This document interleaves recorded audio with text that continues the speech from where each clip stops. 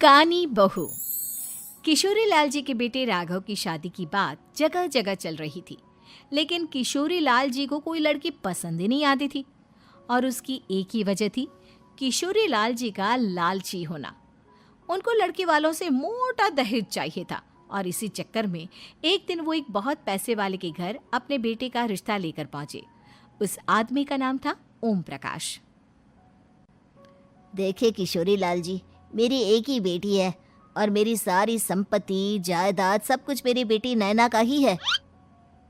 पापा, नाम से लगता है बहुत खूबसूरत होगी। कितना अच्छा नाम है ना, नैना। ओ, वैसे बात तो सही है आपकी। अब इतना पैसा है, जमीन जायदाद है, इकलौती बेटी, आप भी क्या करेंगे? सब कुछ उसे ही देंगे ना।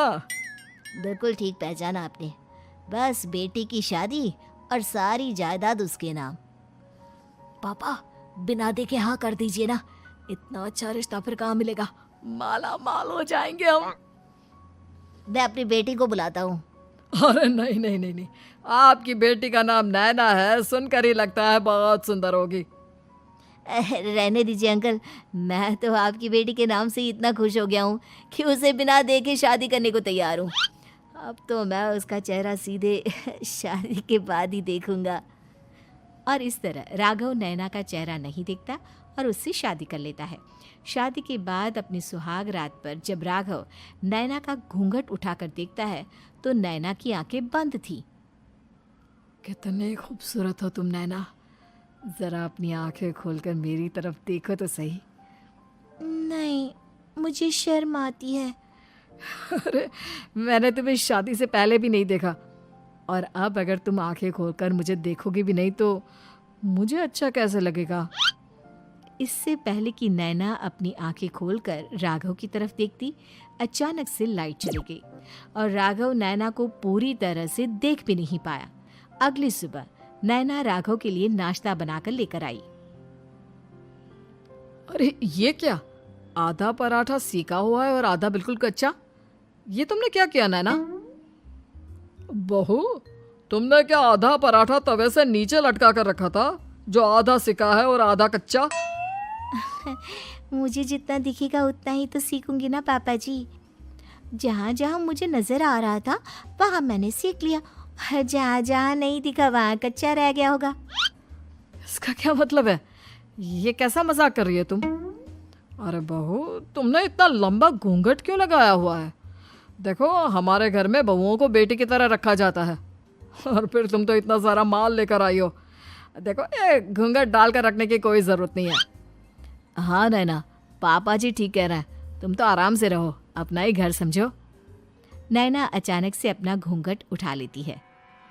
अरे ये क्या पापा, नैना की तो एक आंख फूटी हुई है। नाम से नैना, लेकिन ये तो कानी बहू निकली। मेरे साथ धोखा हुआ है, धोखा। बिना दिखाए अपनी कानी लड़की मेरे संग ब्याह दी। मुझे कानी बीवी नहीं चाहिए। मुझे अभी ओम प्रकाश जी से बात करनी पड़ेगी। आखिर उन्होंने मेरे साथ ऐसा किया क्यों? अरे, आप लोगों ने ही तो पापा से कहा था कि आप लोग शादी से पहले मुझे देखना नहीं चाहते। अब मेरे पापा पर क्यों इल्जाम लगा रहे हैं? अरे लेकिन उन्हें बताना तो चाहिए था ना कि तुम कानी हो, एक आंख से तुम्हें दिखाई नहीं देता। किशोरी लाल और राघव नाराज होकर ओम प्रकाश को अपने घर बुलाते हैं। पापा जी, ये आपने क्या किया? शादी से पहले बताया क्यों नहीं कि नैना की आंखों में परेशानी है? अरे, आप ही ने तो लड़की देखने से मना कर दिया था। और लेकिन आप बता तो सकते थे। आपको तो हमारी बेटी की प्रॉपर्टी चाहिए थी, वो भी पूरी की पूरी। अब क्या हुआ अगर उसे आधा दिखाई देता है? प्रॉपर्टी तो आपको पूरी मिल गई ना। अरे ये क्या बात हुई? मेरी शादी प्रॉपर्टी से नहीं, आपकी बेटी से हुई है। अब ये तो पहले सोचना चाहिए था, तब तो मेरी प्रॉपर्टी देखकर तुम्हारी जुबान लप लप आ रही थी। लेकिन मैं कानी लड़की को अपनी बीवी बनाकर नहीं रख सकता। पापा, कुछ करिए ना आप। हाँ, करता हूँ। देखिए ओम प्रकाश जी, आप हमारे साथ ऐसा नहीं कर सकते। और तुम देखो, अगर तुमने मेरी बेटी से शादी तोड़ी ना, तो जो भी प्रॉपर्टी मैंने तुम्हें दी है वो तो पूरी की पूरी वापस ले ही लूँगा, और आधी प्रॉपर्टी तुम्हारी भी लूँगा। अरे मेरी आधी प्रॉपर्टी भला क्यों लेंगे आप? इसलिए क्योंकि मेरी बेटी को आधा नज़र आता है और उसकी नज़र अभी तक तुम्हारी आधी जायदाद पर ही पड़ी है। अब तुम उसे घर से निकालोगे तो कुछ तो लेकर जाएगी ना। और अगर हम आपकी बेटी को अपने घर की बहू बना कर रखे तो? तो तुम्हारी पूरी प्रॉपर्टी तुम्हारी ही रहेगी, और जो मैंने तुम्हें दिया है ना, उसमें से बस मैं आधा लेकर जाऊंगा। अरे लेकिन अब आप अपनी दी हुई प्रॉपर्टी में से आधी वापस क्यों लेकर जाएंगे? अगर मैं आपकी बेटी को अपनी पत्नी बनाकर रखने को तैयार हूं तो?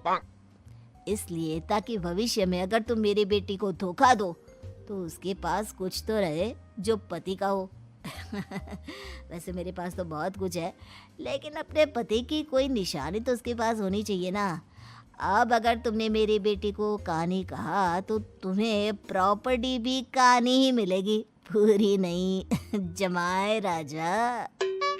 किशोरी लाल और राघव समझ चुके थे कि वो बुरी तरह फंस चुके हैं और अब उनके पास वहां से निकलने का कोई चारा नहीं है। अब समझ में आया ना, लालच बुरी बला होती है। एक तो तुम्हें प्रॉपर्टी मिली, ऊपर से बीवी मिली, उसमें तुम्हें नखरे भी दिखाने हैं। आए बड़े, चुपचाप बैठो दोनों। कुछ दिनों के बाद नैना राघव की कार लेकर बाजार घूमने निकलती है और जब कार लेकर वापस आती है, ये क्या? एक तरफ से मेरी गाड़ी पूरी खराब हो चुकी है। लगता है तुमने मेरी गाड़ी को किसी दूसरी गाड़ी के साथ एक्सीडेंट किया है। अरे अरे कितना बड़ा नुकसान कर दिया तुमने बहू। वो क्या है ना पापा जी, मुझे एक आंख से दिखाई नहीं दे रहा था, सामने से गाड़ी आ रही थी। मुझे तो सिर्फ आधा ही दिखाई दिया और वो गाड़ी मेरी कार से रगड़ते हुए निकल गई। अब मैं क्या करूं बताओ? आप इसे ठीक कराने के पैसे कौन देगा? तुम्हारे पापा? तुमने मुझसे इस तरह से बात की? अभी रुको। नैना राघव की शिकायत ओम प्रकाश को कर देती है। देखो राघव, अब जो मेरी आधी प्रॉपर्टी तुम्हारे पास थी ना, उसमें से आधी और मैं लेकर जाऊंगा, क्योंकि तुमने मेरी बेटी को डांटा। अरे नहीं नहीं पापा जी, गलती हो गई, माफ कर दो। गलती की तो कोई गुंजाइश ही नहीं। अगली बार मेरी बेटी को डांटा तो बची हुई आधी में से आधी और ले जाऊंगा। लालच के चक्कर में हम दोनों ने बहुत बड़ी गलती कर दी बेटा। एक तो तुम्हें कानी बहू मिली और ऊपर से जो माल मिला वो भी काना। इस तरह राघव की हर एक गलती पर ओम प्रकाश उसकी प्रॉपर्टी का आधा आधा हिस्सा लेकर अपना सारा माल वापस ले गया और राघव को कानी बीवी से काम चलाना पड़ा। भाई लालच वाकई में बुरी बला है।